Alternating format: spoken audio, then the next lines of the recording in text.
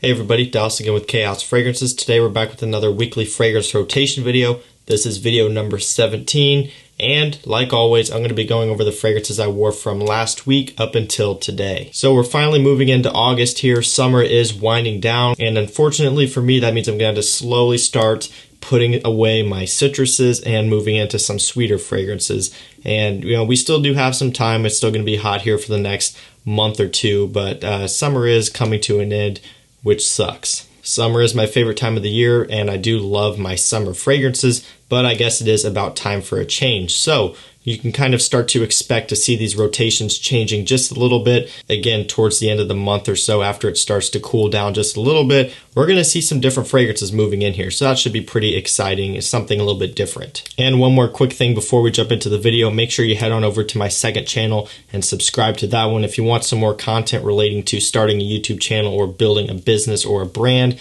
Any sort of stuff like that, I'm going to be covering it all on that channel, trying to really get that going. So I'd appreciate if you go over there and subscribe if you're interested in that sort of content. So of course, let's just jump right into this rotation. Starting off on Wednesday, I went with a new Parfums Vintage fragrance, and this one is called Sillage of Unicorns. So what this one is basically a hybrid between Creed Millésime Imperial or Rush of Unicorns Parfums Vintage version and Baccarat Rouge 540 or Sunset in Heaven, which again is Parfums Vintage version. So it basically takes those two and combines them together. The opening of Sillage of Unicorns has a sweetness which regular Millésime Imperial does not have. So it basically takes the DNA of Millésime Imperial, but then you have the very strong performance of Baccarat Rouge 540. So this is really quite an interesting blend of fragrances here, and of course I'm going to have my full review on this one coming out relatively soon after I spend just a little bit more time testing it, but I will have that out shortly.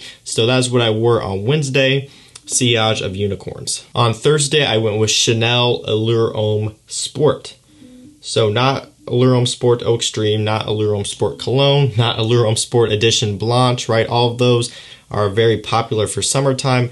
Nope, we're going with the regular Allure Homme Sport. This to me is one of those fragrances that's really just hard to beat. This is such a classic, timeless DNA, very similar to Versace Pour Homme. There are some minor differences.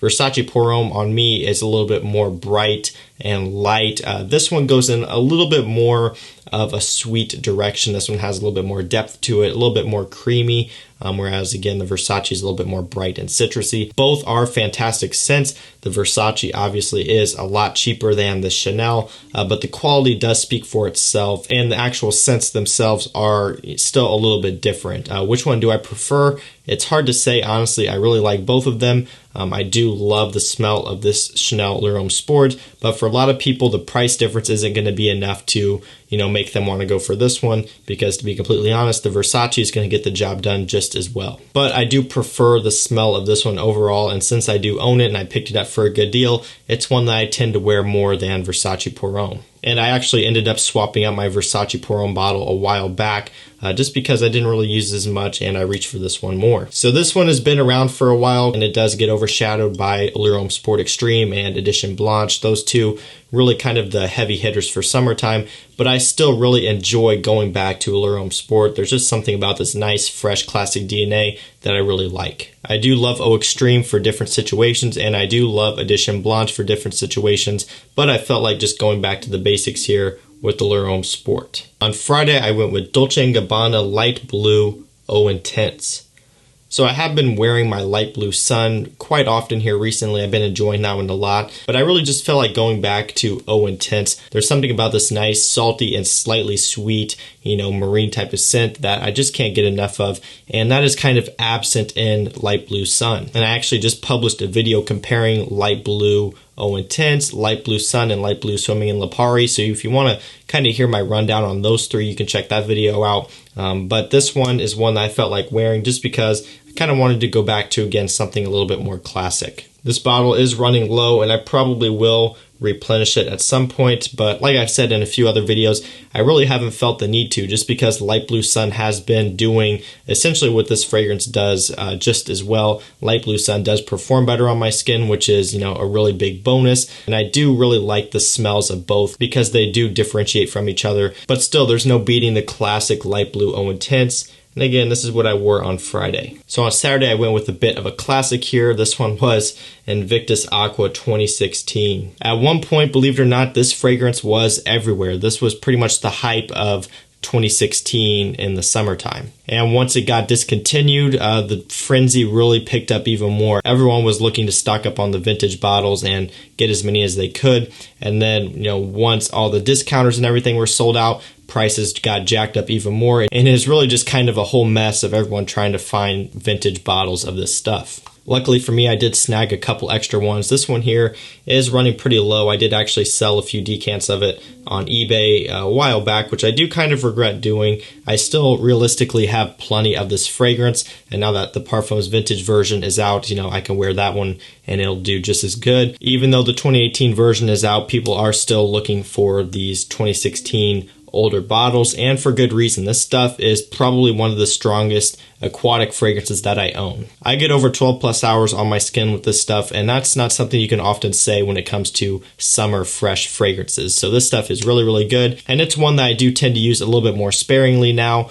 but still every now and then I am in the mood for some good old Invictus Aqua, and that's what I wore on Saturday. On Sunday, I went with Creed Irolfa. So I've talked about this one quite a bit on my channel. In my opinion, probably one of the most underrated fragrances from Creed, at least when you're talking about their regular millesime line here. I'm not talking about their Royal exclusive fragrances or their other cheaper line. I forget what it's called, the ones with Asian green tea and fragrances like that. I've said this before and you'll hear others say this as well, but this really does just smell like a nice aquatic luxury fragrance, one that you would wear when you're out on a nice boat sailing the ocean. That's really the type of vibe I get from this scent. Of course, there's Millesime Imperial, which is a really nice kind of marine scent. There's Virgin Island Water, which gives you this pina colada, Malibu rum, just tropical drink type of smell. And then, of course, there's Irolfa.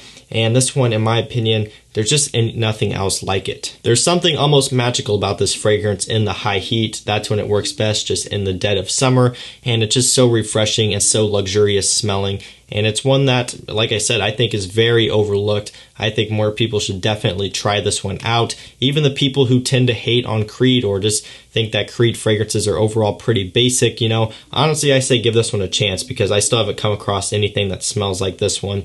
There's clones of Millesime Imperial. There's fragrances that get kind of similar to it. There's clones of Virgin Island Water. There's fragrances that are kind of in the similar vein of Virgin Island Water. But I have yet to discover any fragrances that are a clone of Irolfa or even that just kind of get in that same genre as it. So that's what I wore on Sunday, Creed Irolfa. On Monday, I went with Karl Lagerfeld Bois de Vetiver. So this is a really nice $20, $25 fragrance, which, by the way, no, I don't hate cheap fragrances. For those of you who watched my video talking about quality over quantity, that kind of ruffled some feathers, boys. I wasn't expecting to get that type of response. I mean, I know I used some clickbait, but come on, guys. If you watched the video, you'd see where I was coming from. I don't hate cheap fragrances. I don't think all cheap fragrances are bad.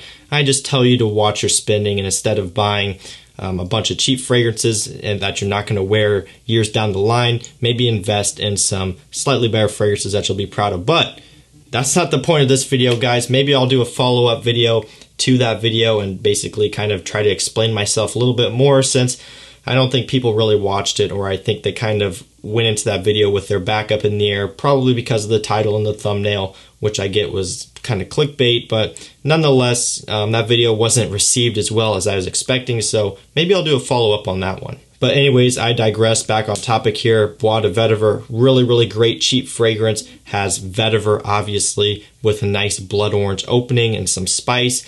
Kind of a mature scent, but definitely doesn't smell overly mature or dated by any means. A really solid one for the price, and that is what I wore on Monday. And finally, to end the week, on Tuesday, I went with Original Penguin Premium Blend.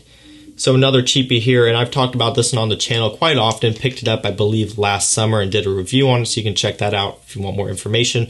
But this is honestly a really solid scent for the price. Again, this is around the $20 range for a 100 ml. You're getting a nice, really thick, heavy, solid glass bottle here, and you're getting a really nice fragrance inside as well. There's violet leaf, there's driftwood, there's some citrus. It's a really nice, pleasant, refreshing scent that you just can't go wrong with. On top of that, the performance is solid too, so really, you can't can't beat it. So guys, that was it. That was my weekly fragrance rotation number 17. Let me know down below in the comments which fragrances you guys were wearing, and that's pretty much going to do it for this one, guys. So if you enjoyed this video, don't forget to leave a like down below. Also, don't forget to subscribe and turn on post notifications so you don't miss when I post. That's it for me, guys. I'll see you in the next one. Peace out.